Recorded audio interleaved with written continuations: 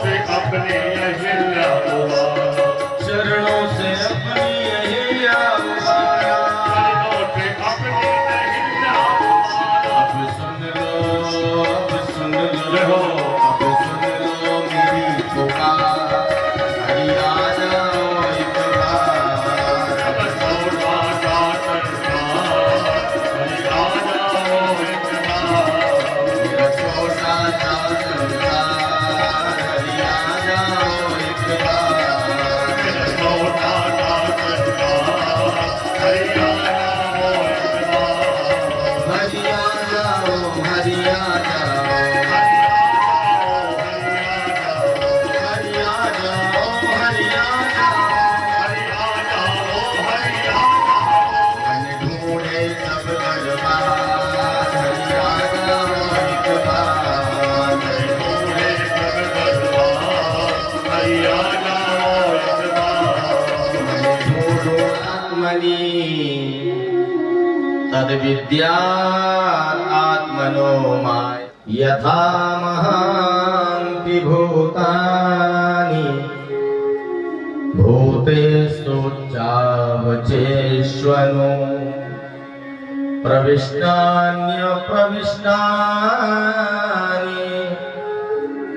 अंतिम श्लोक। एतावदेव जिज्ञास्यम् सुनात्मनः अन्वयः यत्स्यात् सर्वत्र अहम् एव। एव माने ही होता है। सबसे पहले केवल मैं था, परमात्मा के अलावा कुछ भी नहीं था। ईश्वर बोले जितना था सब सद असद परम, जितना जड़ चेतन साम्राज्य सब जो उससे परे भी जो है वो भी सब मैं था, मेरे अलावा कुछ भी नहीं था। बोले बाद में, बोले पश्चात हम, बाद में भी केवल मैं रहूंगा। तो निश्चित है कि पहले में, ये तो सिद्धांत सिद्ध है। पश्चात हम यदे तच्च यो विशिष्येत सोच में हम, जो संसार बनने के पहले था रहता है, उसके अलावा। इसीलिए भगवान ने गीता में कहा न जायते म्रियते वा भविता वा न भूयः अजो नित्यं शाश्वतोऽयं पुराणो न हन्यते हन्यमाने शरीरे। तो दृष्टांत दे दिया, शरीर का बदलना कैसे हुआ, दृष्टांत दे के समझाया। वासांस जीर्णानि यथा, ये दृष्टांत है। जैसे हमारा कपड़ा फट गया ऐसे जीवात्मा नया शरीर धारण करता है। लेकिन इसमें एक संशय है। भगवान का जो वाक्य ये कह रहा है पुराना कपड़ा बदल के जैसे नया कपड़ा पहनते हैं, तो यहाँ तो नए कपड़े भी, अभी जन्मा बच्चा और उसका कपड़ा कहाँ पुराना हुआ, तब भी वो शरीर बदलता हुआ नजर आ रहा है। सज्जनों, यहाँ कपड़े से लेना देना पुराने नए से नहीं, कर्मों का बंधन है। हमारा कैसा कर्म है और कितना पुराना कर्म है, वो कर्म रूपी कपड़े हैं, ना कि शरीर का से अवस्था में नवजात शिशु भी मरता हुआ दिखाए और बूढ़ा भी मरता हुआ दिखाई देता है। छोटी हुई, अब इसमें 1 किलो घी डालेंगे तो बुझ जाएगी, है अग्नि। संसार की अग्नि नहीं, मैं तो विस्तृत अग्नि। आप बताइए, हजारों कुंटल घी डालिए, कभी बुझेगी क्या और बढ़ेगी। बड़े सुंदर श्लोक है सज्जनों। मानो परीक्षित जी महाराज को जिस दिन 20 लाख खाना उसी दिन चले जाते हैं।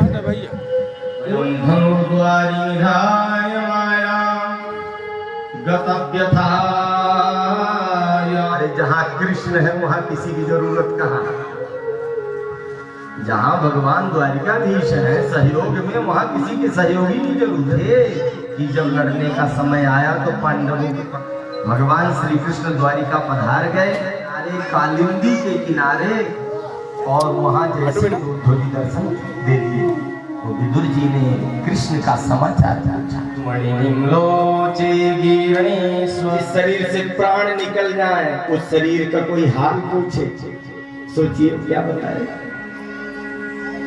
सोचिए कोई कैंसर के मर्ज, कृष्ण रूपी मणि हमारे नेत्रों से ओझल हो गई। अब समाजों के लिए तो सदा रोते हैं, कभी बेटा के लिए रोए, कभी बेटी के लिए, कभी नाती के लिए, कभी पोते के लिए, कभी अपने लिए नहीं रोते।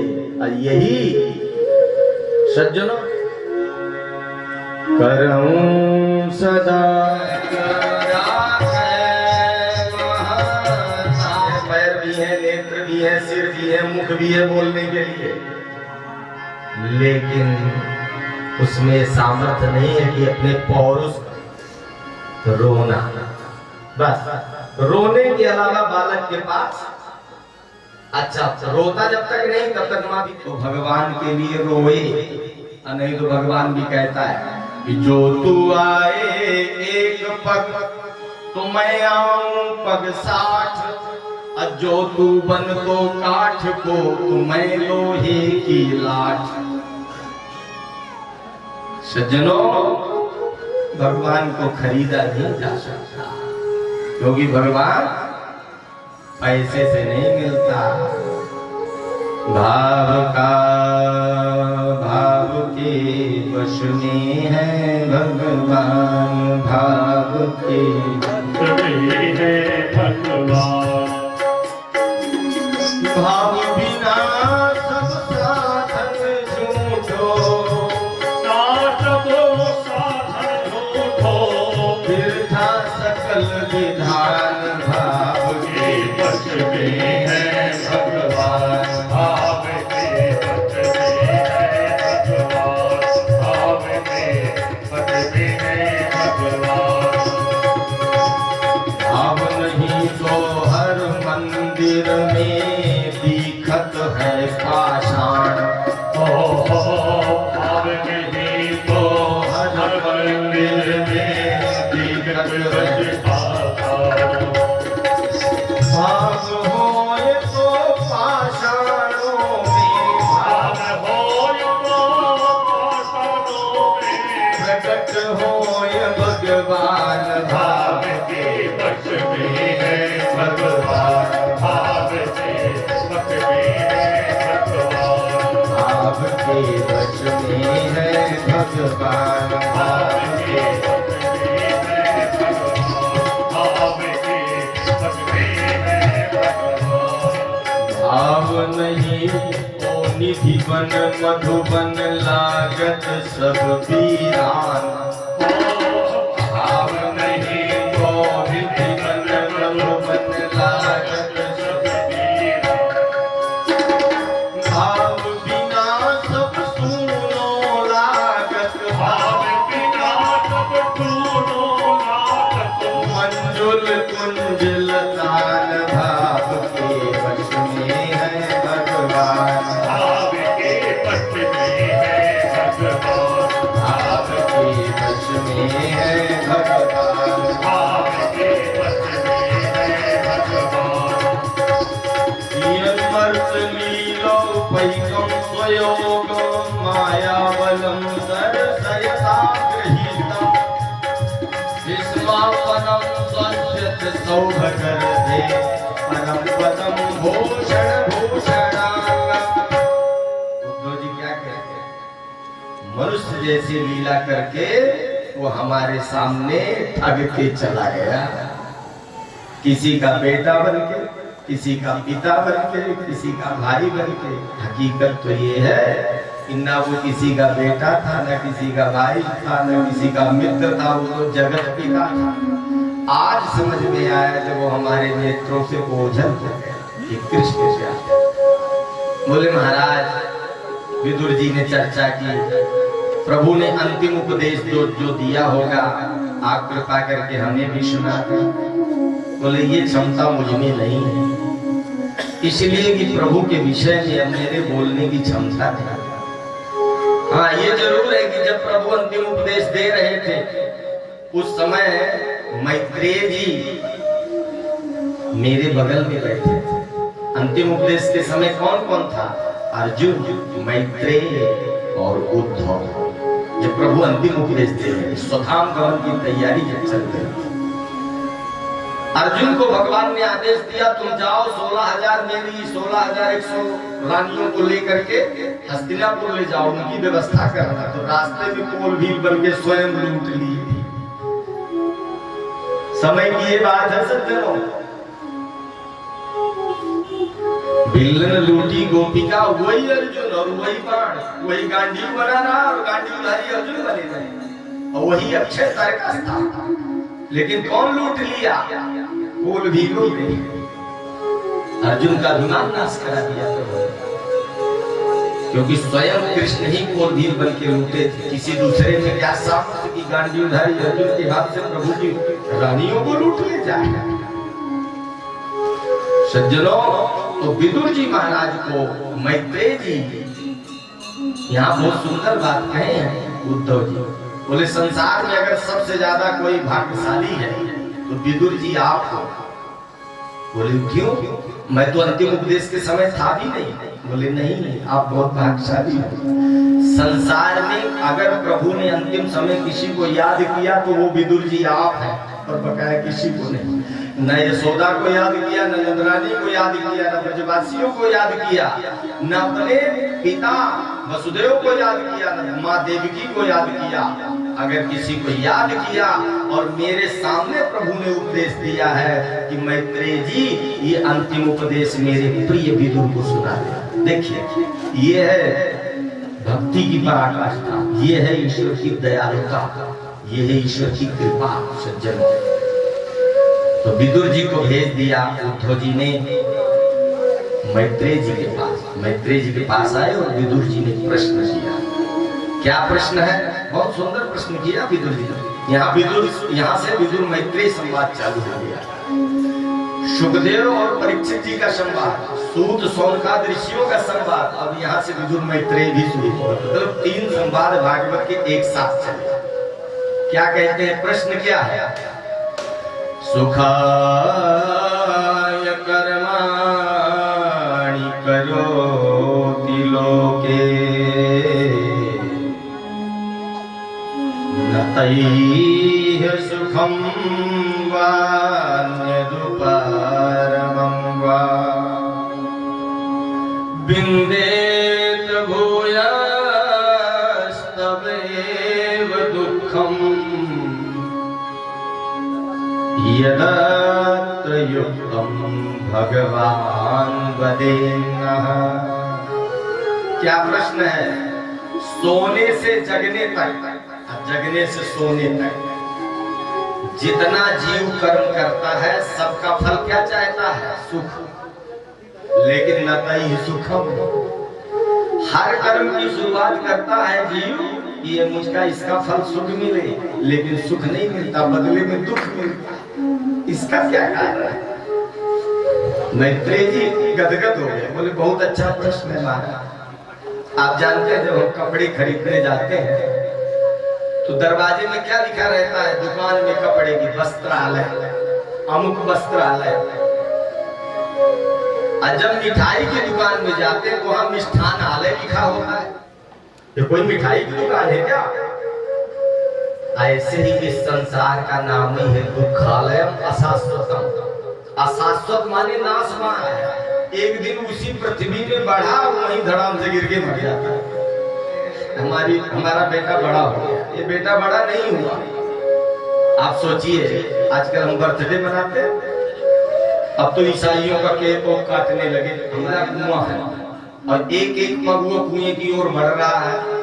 हर वर्ष, हर मास, हर पक्ष में। तो आप बताइए, और ये निश्चित है कि अंधेरे कुएं में बाईपास नहीं है, गुरु जय श्री कृष्ण, सीधा उसी में गिरना है। तो आप बताइए कि जितना वो कुआं पास में आ रहा है तो उसको दुखी होना चाहिए कि सुखी होना चाहिए? निश्चित है कि गिरना ही है भाई। बाईपास होना तो साइड से निकल लेते, लेकिन बाईपास नहीं उस कुएं की, और उसका नाम है मृत्यु का कुआं। मैं तो कहता हूँ जिस दिन जिस किसी का जन्मदिन आए तो या तो भगवान का आराधन कर लो, और नहीं भगवान के छवि के सामने बैठ के आधा घंटा रो लेना चाहिए। क्यों रोना चाहिए? हे प्रभु, एक वर्ष मेरा और आपके भजन के बिना चला गया, रोना चाहिए। आदि सम्राट महाराज मनु को केवल एक चिंता थी। 12 भक्तों में महाराज मनु का नाम है। उनके जीवन में क्या चिंता थी? होई न विषय विराग भवन बसत भा चौथपन हृदय बहुत दुख लाग जन्म गयो हरि भजन बिनु। ये दुख होना चाहिए। एक वर्ष मेरा प्रभु आपके भजन के बिना चला गया तो आप बताओ केक काटना चाहिए। भारत में भी केक काटने लगे। भारत हमारा बड़ा कमजोर है पढ़ने में, नकल बहुत जल्दी करता है, बिना सर्च किए नकल करता है। तो यहाँ पर मैत्रेय जी महाराज ने पहले विदुर जी के पूर्व जन्म की कथा को गाया। ये प्रश्न के कारण बोले विदुर जी आपने जो प्रश्न किया जीव मात्र के कल्याण के लिए किया। मैं गदगद हो गया इस प्रश्न को सुनकर। और आप सामान्य नहीं हो, मैं जानता हूं आप कौन हो। बोले कौन है? बोले भ्रातु क्षेत्रे भुजस्याया जातः सत्यवती सुता मांडव्य भगवान भगवतो नित्यं सम्मतः सानुगस्य च। आप स्वयं यमराज हैं, तो हम यहाँ कैसे आए? बोले मांडव्य शापात् भगवान प्रजा संयमनो यम। मांडव्य ऋषि ने श्राप दिया यमराज को। कारण एक बार क्या हुआ कि महाराज जनक के राज्य में बैठे तपस्या कर रहे थे महाराज मांडव्य ऋषि। जनक महाराज के खजाने में चोरों ने चोरी किया, भागे तो सैनिकों ने पीछा किया उनका। और वहीं रास्ते में मांडव्य ऋषि की कुटिया थी। अब माल थोड़ा ज्यादा हीरा मोती लिए थे, बजनी था, तो वजन के कारण भाग नहीं पा रहे थे। सोचे अगर कहीं रख दें, अब तो जान बचानी मुश्किल पड़ रही है क्योंकि चारों तरफ से सैनिकों ने घेर लिया। वहीं पर मांडव्य ऋषि की कुटिया थी। चोरों ने क्या किया कि वो माल सारा रख दिया मांडव्य ऋषि की कुटिया में, वहां से भाग लिए। पीछे से सैनिक आए तो देखा तो मांडव्य ऋषि की कुटिया में सारा माल बरामद हुआ। तुरंत चोर समझ के पकड़ ले गए, जेल में डाल दिया जनक महाराज के सैनिकों। प्रातःकालीन सभी चोरों को प्रस्तुत किया गया महाराज जनक के सामने। तो मांडव्य ऋषि भी थे। मांडव्य ऋषि को नहीं पहचान पाए जनक महाराज और चोर का दंड दे दिया। बोले महाराज मेरे यहाँ चोरी का दंड है सूली पर चढ़ना। जब सूली लटकाई गई चढ़ाई गई तो इनके गले में फंसे ही नहीं। समझ गए जनक जी कोई भूल हो रही है मुझसे। गए और चरणों में गिर गए मांडव्य ऋषि के। बोले महाराज क्षमा करिएगा, मेरे दासों से भूल हो गई। तो मांडव्य ऋषि ने बिल्कुल क्रोध नहीं किया। बोले महाराज आपके इसमें तो कोई दोष ही नहीं है क्योंकि आप तो राजधर्म का पालन कर रहे हैं, ये उचित है। लेकिन मुझे अपने सभी जन्मों का ज्ञान है, मैंने कोई ऐसा अपराध कभी नहीं किया कि मुझे मृत्यु दंड मिले। हे जनक जी मैं आपको तो कुछ नहीं बोलता, लेकिन अभी जाता हूं यमपुरी और यमराज को देखता हूं। ये भारत के ऋषियों की योग्यता। अभी गया यमपुरी और देखता हूं कौन से जन्म का मुझे दंड दिया। सज्जनों यमपुरी पहुंचे तो यमराज को आवाज लगाई, ये यमराज बाहर निकलो। कांपते हुए यमराज बाहर आए। बोले क्या बात है, मेरे से कोई गलती हो गई? बोले सही सही देखो मेरा बही खाता खोल के, मैंने कौन सा ऐसा अपराध किया जिससे मुझे मृत्यु दंड, क्योंकि मुझे अपने सभी जन्मों का ज्ञान है। अब यमराज महाराज ने खाता, वहां भी खाता चलता है, खाता है सबका वही खाता। अरे मैं हरियाणा कथा करने जाता हूँ, वो है बच्ची अभी 40-45 साल की उम्र है उसकी, उसको हाई टेंशन करंट लग गया, वो मर गया। पूरी कथा अपनी बताती है। बोले भयंकर दो आए और मुझे पकड़ ले गए यमपुरी, और वहां लंबी लाइन लगी थी और एक बड़े मुकुट वाले बड़े बड़े दाढ़ी वाले ऐसे भयानक स्वरूप में यमराज महाराज बैठे थे। एक एक करके सबको लाते थे यमदूत और उनका हिसाब करके किसको नरक भेजना है किसको स्वर्ग भेजना है, ये सब कर रहे थे। जब मेरा नंबर आया तो मैं भी सामने खड़ी हुई। तो महाराज ने जब देखा बोले अरे इसको क्यों उठा लाए, इसको तो अभी समय ही नहीं आया, जल्दी ले जाओ। और यहाँ तब तक तैयारी चल रही थी उसके आग लगाने की। जैसे चिता में रखे कि वो बच्ची जी गई, अभी भी बताती हो सारी अपनी कहानी। वहां भी वही खाता है। हमारा आपका एक एक दिन का सब कुछ लिखा जा रहा है और ऐसे वैसे नहीं, प्रमाण पत्र के साथ। प्रमाणित कौन करता है? सूर्य और चंद्रमा। सूर्य और चंद्रमा प्रमाण पत्र देते हैं। हाँ महाराज इस समय इस जीव ने ऐसा कर्म किया और वहां लिखा जाता है। एक एक पैसे का हिसाब है हमारा आपका। चित्र और विचित्र वीर हमारे कंधे में बैठे थे। सोचिए वो जाकर के अगर हम झूठ बोले तो फोटो दिखा देते हैं, ये इस समय तुमने ये कर्म किया। भवान् भगवतो नित्यं प्रजा संयमनो यमः।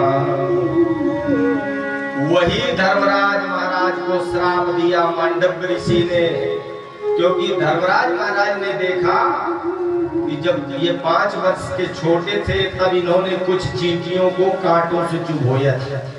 वही दंड बताया। तुम मांडव्य ऋषि आपको बोला होगा, बोले बहुत मूर्ख हो धर्मराज महाराजा, आपको ये ज्ञान नहीं। 5 वर्ष तक के बच्चे को स्वप्न में दंड दिया जाता है, न कि जागृति। देखिए 3 अवस्थाएं होती जीव की, जागृत, स्वप्न और सुषुप्ति। स्वप्न में भी पूरा संसार होता है। तो अगर हमने कोई दोष कर्म किया 5 वर्ष के पहले, उसका दंड हमें स्वप्न में मिलेगा। अब 5 वर्ष के बाद जब हमने कोई अपराध किया तो उसका प्रत्यक्ष दंड मिलेगा। इसमें समझौता नहीं कि हम जानते नहीं थे, ऐसा काम नहीं चलने वाला सज्जनों। जानते नहीं थे तो क्यों नहीं जानने की कोशिश करते? भाई बीमार है हम, हमारा पहला धर्म तो डॉक्टर के पास जाना है। अब फिर डॉक्टर जो दवाई बताए उसको खाना धर्म है। ये तो कह लेने से रोग नहीं तो दूर हो जाएगा कि हम बीमार हैं, हम कहीं नहीं जाने लायक है ना। हमारा धर्म कर्मों पर है और उसमें हमें करना ही है। वही धर्मराज महाराज यहाँ विदुर बन करके आए और विदुर जी महाराज ने यहाँ जो प्रश्न किए तो बड़ा दिव्य 2 प्रकार के यहाँ सृष्टि का निरूपण है। आदि सृष्टि और ब्रह्मा जी की नित्य सृष्टि।